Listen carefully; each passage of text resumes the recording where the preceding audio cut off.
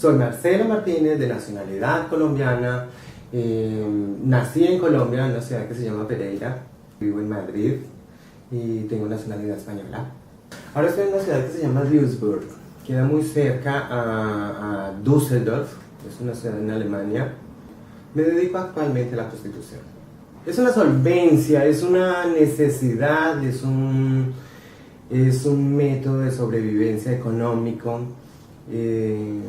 No es un voluntariado total. Yo creo que son muchas veces los temas que la misma sociedad nos hace llegar para poder sobrevivir, para poder sacar a mucha gente, como nuestras familias, adelante. No puedo decir que estoy obligada, porque no es una obligación. Siempre hay oportunidades y decisiones distintas, pero pues mi vida me trajo a tener que ejercer la prostitución más que bienes materiales, es la satisfacción de saber de que saliendo de mi país, de un círculo de mucha humildad, de escasez económica, de todos esos ámbitos, la única satisfacción o lo que me enriquece a mí como persona es que de una u otra manera, ejerciendo o no la prostitución, he podido obtener la estabilidad para ellos, sacarlos de cierta humildad, de ciertas restricciones en que económicamente vivíamos. Entonces yo creo que eso ha sido una de mis grandes riquezas, poder acceder al mundo como una persona que tiene una casa, acceder al mundo como una persona que tiene para comer, que tiene para vestirse, yo y mi entorno. Yo creo que los otros países, en realidad, a comparación con Alemania, son lugares donde lo único que se encajan a opinar es simplemente decir no se puede la prostitución no está bien vista, como transexuales no tenemos muchos accesos para tener seguridad, para pagar impuestos, para tener que acceder de manera en esta profesión a un ámbito social legal. Es la única diferencia de que, en mi opinión, Alemania ofrece. Alemania, independientemente de la profesión que se tenga, es un país donde decidimos ser prostitutas y nos ayudan o nos mueve a que seamos prostitutas con legalidad, a poder llegar al punto de poder, los impuestos nos ayudan, como a diferencia de muchos países, anteriormente lo hablábamos, en otros países pueden decir derechos para las prostitutas, pero no piensan derechos para las prostitutas en cuanto a futuro. Alemania piensa en la prostituta en cuanto a futuro, porque podemos estar 5, 10, 30 años ejerciendo la prostitución y los impuestos nos avalan para tener una pensión a vejez. Entonces, independientemente de eso, yo creo que Alemania nos cuida, o al menos exige a las casas donde estamos trabajando a que tengamos una seguridad por agresiones de parte de clientes, agresiones en generales, que muchos otros países no las ofrecen debido a la situación o al lugar donde están trabajando. Son totalmente indefensas, son totalmente vulnerables a las agresiones de todo el mundo. Entonces Alemania, muy independientemente de que piense en nosotras, en esta profesión, en cuanto a una vejez, en cuanto a una pensión, en cuanto a una estabilidad económica, como regularmente tendría que ser en todas partes, a una persona que trabaja, porque esto es un trabajo, cada cual elige en qué trabajar, la vida nos trajo a elegir y quedarnos en este trabajo. Entonces creo que Alemania es un país que nos ofrece esa estabilidad en cuanto a vejez, para poder llegar tranquilas a una edad donde muchas de nosotras queremos llegar a adultas, a ser personas adultas.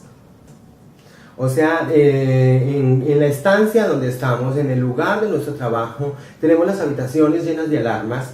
En el momento más vulnerable de nosotras, que estamos solas en una habitación, encerradas con un cliente, no tenemos ni idea qué clase de hombre es, qué trae consigo. Entonces tenemos puntos estratégicos de las habitaciones donde tenemos alarma, y ellos tardan única y exclusivamente en lo que se demoren en mirar de dónde sonó la alarma para ellos subir. Entonces estamos protegidas 24 horas, tenemos una protección segura 24 horas. Esto va incluido con el alquiler, es uno de los requisitos, saber de que en cuanto llegamos en el alquiler ya estamos protegidas. Entonces nos hace menos vulnerables la opción de que sabemos perfectamente de que no cualesquiera, como muchas chicas en las calles o muchas chicas en otros lugares privados, son exageradamente vulnerables a la agresión de cualquier persona porque están totalmente indefensas. Entonces nosotras sabemos perfectamente de que en ese aspecto estamos viviendo muy tranquilas porque nuestro alquiler diario de las habitaciones en las que estamos, tenemos 24 horas a la hora que sea, tenemos una seguridad. Yo creo que los otros países, los que se preocupan muchísimo por denegarnos la entrada, llamémoslo de ese aspecto, por denegarnos la entrada a un país laboral donde decidimos nosotras, porque nosotras decidimos ejercer el trabajo de la prostitución, deberían tomar en cuenta que es irracional negarle a alguien la posibilidad de hacer lo que quiere hacer de manera voluntaria. La recomendación que yo más o menos les haría es la siguiente: ¿por qué no le regularizan? En vez de estar negando la opción, en vez de estar limitando la oportunidad, ¿por qué no regularizan? Porque no se puede decir, pongan impuesto para que las prostitutas puedan ejercer tranquilamente. No es ese hecho el de pagar un impuesto, es el hecho de que si hay empresas para que la gente trabaje y tiene una seguridad social, que haya lugares específicos donde nosotras podamos trabajar y tengamos una seguridad social. Es que no es pedir mucho, es simplemente que, como Alemania, sean países donde está regularizado. No están negando la posibilidad, no nos prohíben la opción, nos hacen de que tengamos la opción como una trabajadora más, porque nosotras no somos prostitutas de manera gratuita. Esto es un trabajo laboral que la sociedad nos llevó a tomar como parte de nuestras vidas debido a las restricciones que la sociedad existe hacia nosotras. No hay otra opción. No hay empresas donde se diga se aceptan transexuales para trabajar en manufacturas, por ejemplo. No hay esa opción. Incluso yo recuerdo cuando yo estudié y estaba haciendo un curso de estética, yo mandé mi currículo y era muy aceptado para poder trabajar en el ámbito de que yo estaba estudiando. Y cuando me presenté me vieron transexual y por casualidades de la vida, de un momento a otro el currículo no fue aceptado.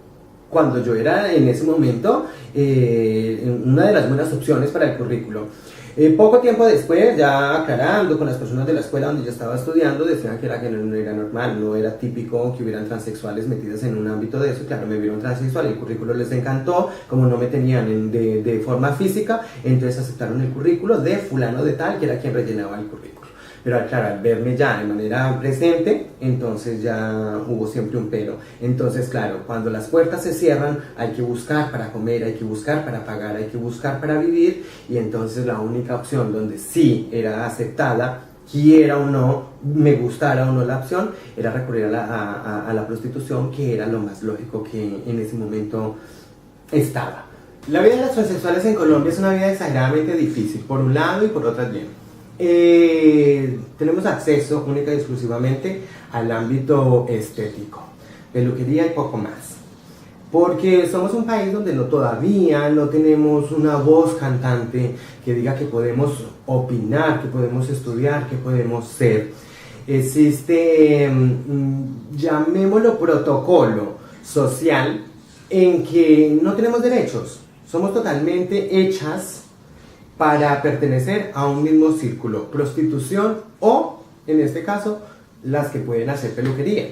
De resto no hay opción alguna social, no hay una opción laboral, y en relación a los derechos que nosotras tenemos, pues somos totalmente ignorantes. Hay cantidades de derechos que a veces hablan de que el matrimonio gay, de que el matrimonio esto, entonces intentando acoger a esas mínimas leyes que el gobierno colombiano saca, intentamos nosotras agarrar un poquito de eso, pero en cuanto a derecho por ser transexual, por ser independientemente si es transexual masculino o femenino, todavía desconocemos que tenemos derechos, que somos personas, todavía estamos mal vistas, todavía generalizan un poco en el tema en cuanto a la transexualidad. pero particularmente en mi país, hasta ahora, hasta donde yo tengo uso de razón, hasta ahora, nunca hemos sido muy aceptadas. Por ejemplo, en una mayor parte hay un caso que es muy típico, que hay muchas personas que solo porque conocen una transexual o porque en su familia tienen una o porque la vecina o X o Y razón, entonces apoyan esa transexual por conocerla como ser humano. Pero hay personas que como nunca se han manejado en un ambiente, y esto lo hablo no solamente para Colombia, sino yo creo que a nivel general en todo el mundo, hay personas que como nunca la han visto, nunca han compartido, nunca saben, no se esmeran por pensar qué es lo que necesita una transexual, por lo que en sus espaldas carga, por su movimiento social, por su movimiento familiar, por su situación en general, sino que solamente juzgan una carcasa, que es lo que ven por fuera, lo que normalmente llamamos ser transexual, lo de fuera, porque en lo de dentro nadie se centra a investigar qué es lo que pensamos. Entonces mayormente por eso yo creo que somos un país donde todavía ignoramos el tema, ignoramos lo que necesitamos y las necesidades que por obligación deberíamos tener, no por ser transexual, porque no es pedirle al mundo acepte mi carcasa, sino respéteme como ser humano. Es lo único que necesitamos, porque es que a todos los países nos hemos cansado de decirle no necesitamos pertenecer a un gremio u otro para que nos respeten. ¿Por qué? Solo el hecho de ser humano se tiene que generalizar o negativizar una opción social. Y entonces yo creo que eso mayormente es lo que acarrea que tengamos ignorancia a la sanidad pública. Es exageradamente precario. No, simplemente es una realidad que vivimos, es una agresión que vivimos, es una falta de cultura, de educación, el amor por la vida, y que lastimosamente vivimos en una actualidad donde el que más puede hace lo que quiere.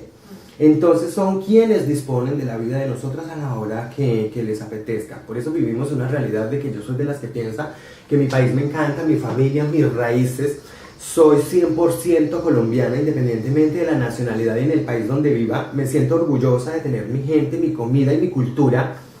Pero es un país que por mi seguridad, por mi estabilidad, por mi integridad como ser humano y como transexual, es un país que no me gustaría tener que vivir una vejez, porque sé perfectamente que no llegaría. No por la razón de ser un país peligroso, no, es por la incultura que nos hace peligrosos, tenerle un poco valor a la vida, tenerle poco valor al respeto por el ser humano.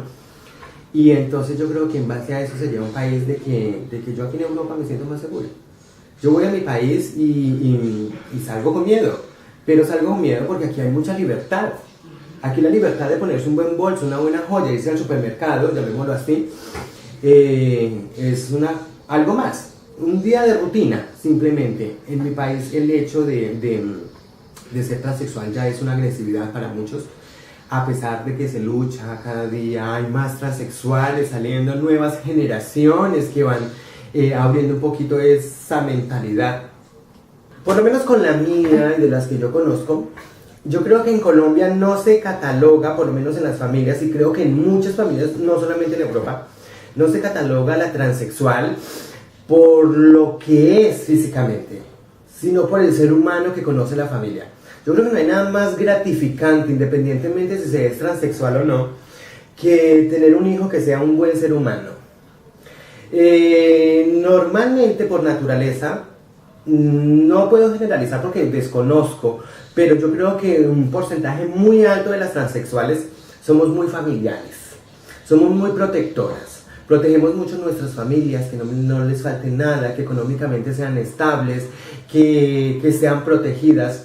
Nosotras ya llegamos a una edad donde no nos hacemos transexuales, sino que nos hacemos guerreras, porque tenemos que empezar a luchar y a tener una guerra con la sociedad, con nuestra vida laboral, con montones de cosas. Entonces yo creo que esa alma, esa caparazón que nos ponemos encima para luchar, más que nada luchamos por las personas que amamos. las que amamos con el corazón, en este caso pues nuestras familias, que son el talón de Aquiles yo creo que de cada persona, sino por el hecho de tener un buen elemento, un buen ser humano perteneciente a la familia, independientemente del color, de la raza, la etnia y la creencia que tenga, y en este caso por ser transexual. Entonces yo creo que las familias son muy orgullosas de tener una persona que valga la pena, que sea un buen elemento social. El saber de mi infancia, el saber de que mi eje de vida, mi talón de Aquiles, el mismo ser que me dio la vida, mi madre que amo con locura y sé que ella me ama a mí, nunca hizo una pregunta inadecuada para mí con referente a mis gustos, mi elección y mis cosas, sino que siempre recuerdo perfectamente que lo más lindo que yo escuché en mi vida fue una vez que ella me sienta, me cayó por sorpresa, me sienta y me dice: yo quiero que usted en su vida tenga dos cosas muy claras. Una, luche por no ser el payaso de nadie, que nadie se ría de lo que usted es o como es. Intente siempre ser la mejor persona posible, que cuando uno es mejor persona, uno es mejor aceptado. Y dos, no se le vaya a olvidar jamás que sea como sea, esté donde esté y actúe como actúe, yo soy su madre. Para mí esto fue la cosa más espectacular, porque encima se lo dijo a un niño confundido de 14 años, donde ya sabía mis gustos, sabía lo que yo quería, tenía claro mi condición sexual. La historia más fea que yo creo que he tenido en mi vida fue la vez que me tuve que desnudar totalmente para mostrarle a alguien de que yo soy transexual, porque justo mi documentación estaba con nombre masculino. Y entonces, claro, la foto de mi pasaporte obviamente aparecía yo en una imagen femenina, más seguía teniendo sexo masculino y nombre masculino. Llego al aeropuerto, estaba de turismo, entro al país, y cuando voy de salida del país me dicen, me retienen, me llevan con la policía porque tenía pasaporte falso. Al, claro, estar en un país que no hablo el idioma y que todo esto, entró pues a pedir por favor un traductor, estaba yo en medio de unos 10 policías más o menos, y hasta que traen un traductor después de casi una hora, yo en un desespero porque no sabía cuál era el delito que yo había cometido, y me dicen que mi pasaporte era falso, porque era imposible que una mujer tuviera un pasaporte identificándose con él, con sexo masculino y nombre de hombre. Entonces, claro, entro en ese momento, mi única acción de sobrevivencia fue decir, no, les enseño lo que soy para que me empiecen a mirar, y me bajo el pantalón, no, soy transexual, esto en España se llama transexual, yo soy transexual, pero ellos quedaron atónitos, no creían en la historia, no creían en nada, me miraban, ninguno tuvo los ojos en mi cara, todos miraban, eran mis genitales, era lo único que ellos hacían. Y por último, discutiendo ese tema y no habiendo otra opción y ya todo eso, pues me dejaron salir. Pero para mí fue uno de los momentos más amargos de mi vida, porque me sentí un delincuente solamente por no estar en una sociedad donde me permite desde muy joven llamarme como yo quiero y tener la imagen y el sexo identificado en un documento como yo necesito, sino que fue por eso. Pero eso fue uno de los momentos más amargos en mi vida, porque intento ser socialmente lo más correcta posible para no tener un problema de esos, y justo pues me pasó todo eso. Fue la peor hora de mi vida, porque me trataban como una persona delincuente, como un criminal en ese momento, porque normalmente para una cosa de esas yo creo que me hubiera bastado con 2 policías, pero eran por ahí 10 cogiéndome en un país de esos donde yo no conocía, donde no entendía nada, a tratarme como un delincuente. Eso fue el momento más duro, yo creo que de mi vida. Muchas historias más que también fueron muy difíciles, pero la que más me marcó fue esa. Sí se vivía la burla, la cosa, la poca estimación, el poco respeto por la decisión de que cada joven tomara. Yo creo que mayormente esas dificultades yo creo que tendrían que ir cambiando. Ir cambiando, ¿por qué? Porque nos tenemos que ir concientizando de que somos un género y no elegimos serlo. No pedimos decir, ay, como por ejemplo que yo hoy amanezca y diga quiero ser transexual. No, porque si lo pudiéramos haber pedido, no quisiéramos ninguna ser transexual. Hubiéramos querido todas ser mujeres, haber nacido como mujeres biológicas.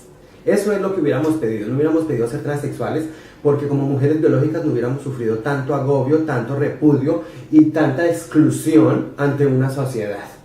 Como transexuales sí, entonces nosotros no lo elegimos, somos porque estamos, porque la vida nos puso en este lugar, porque la naturaleza nos dio este régimen de vida y porque somos seres humanos.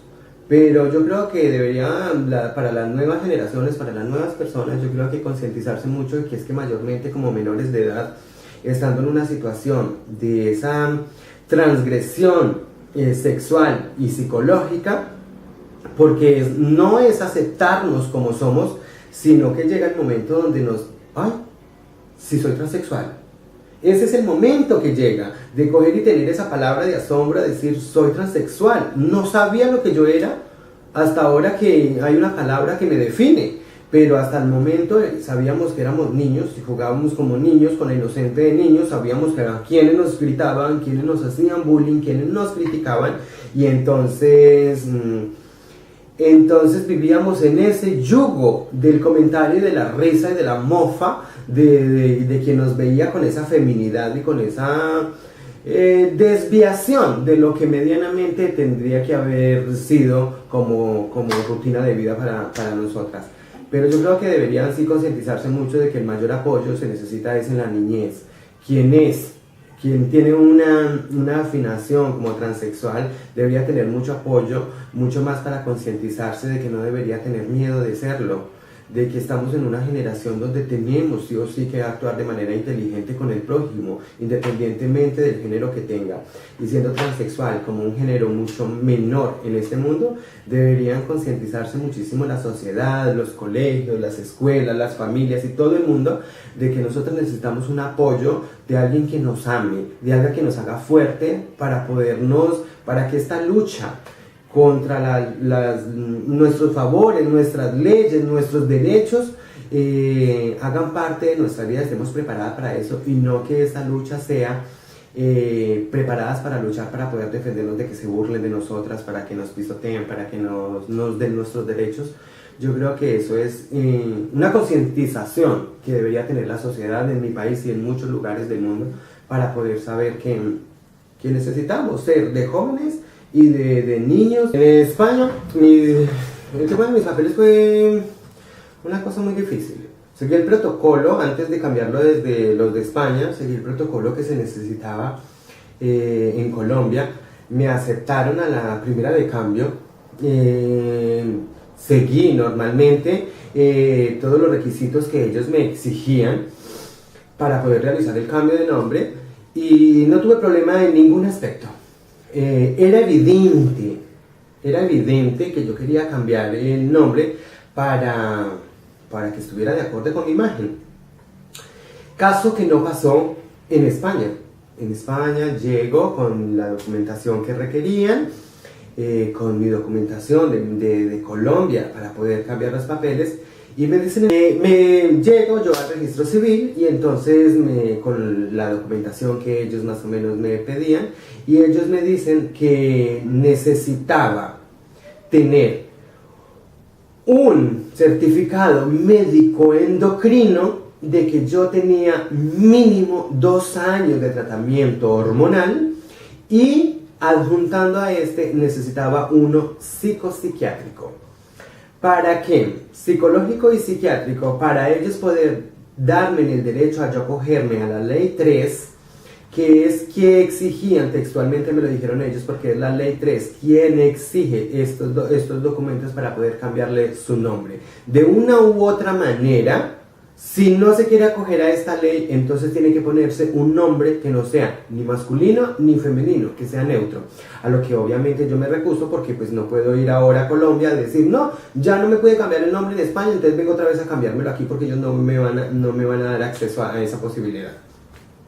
Entonces, conclusión de que todavía me dejan en stand-by porque sigo en la misma pausa de no poder cambiar todavía mis nombres allá, debido a que no puedo reunir los requisitos. Ante lo que yo le digo a la mujer que me estaba atendiendo, le digo, pero es que es evidente de que soy transexual, de que mi imagen no concuerda con un nombre masculino en mi documentación, y la señora simplemente, cerrada, me dice no. Si no trae la documentación que necesita, no puede haber cambio. No hay manera de que haya cambio.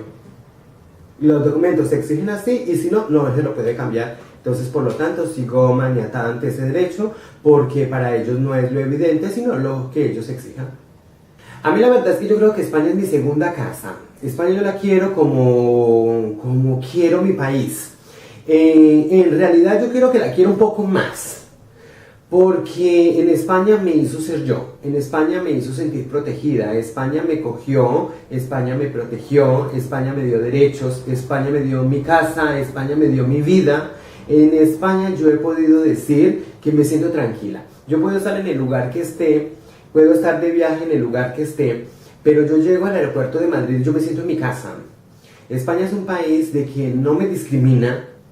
Bueno, las cosas difíciles en algún tiempo, me imagino que eso será rutinario, pero para intentar dar un grito de auxilio, cada día intentamos tener más libertad de expresión, más libertad de opinión, más libertad de los derechos.